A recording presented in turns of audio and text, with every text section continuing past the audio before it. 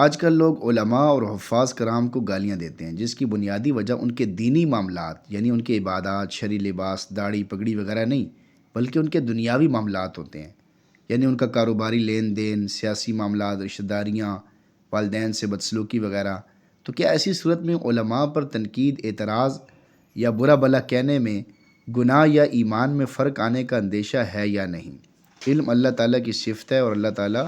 اپنے برگزیدہ نیک بندوں کو اس بڑی نعمت عظمیٰ سے مالا مال فرماتے ہیں۔ علماء کرام حفاظ قرآن کریم کو اگر ان کے علم و حفظ کی بنا پر برا بھلا کہا جائے تو یہ علم و قرآن کی اہانت ہے، اہانت یعنی توہین ہے، جس سے ایمان سلب ہونے کا اندیشہ ہے، یعنی سلب کہتے ہیں ختم ہونے کا، چھن جانے کا، یعنی اللہ تعالیٰ ایمان کی نعمت واپس لے سکتے ہیں۔ اور اگر ان سے کسی ذاتی عداوت یا کسی دنیاوی معاملے کی وجہ سے ان کی ذات پر لعن طعن کیا جائے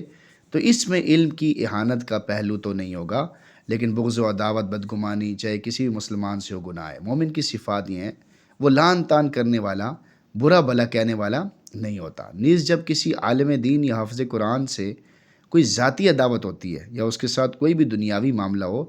تو اس کو اس بنیاد پر برا بھلا کہنے کی صورت میں معاملہ اس کی ذات کی طرف منسوب کیا جاتا ہے، نہ کہ تمام علماء اور حفاظ کی طرف۔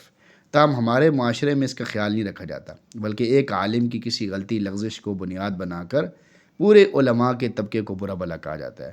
اور ان کے واسطے علوم نبوت اور دین پر انگلیاں اٹھائی جاتی ہیں، اور یہ نہایت خطرناک اور نازک معاملہ ہے۔ ایسی بیہودہ گوئی سے مکمل اجتناب کرنا لازم ہے۔ ہو سکتا ہے ہماری زبان سے نکلنے والے چند الفاظ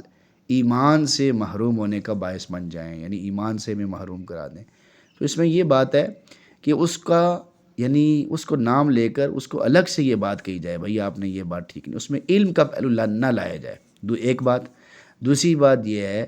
کہ بھائی تمام علماء کو برا بھلا نہ کہا جائے، بلکہ صرف اسی کی طرف اس بات کو منسوب کیا جائے۔ اللہ تعالیٰ ہمیں صحیح علم سیکھنے، سمجھنے، عمل کرنے کی توفیق اور ہمت عطا فرما دے، آمین۔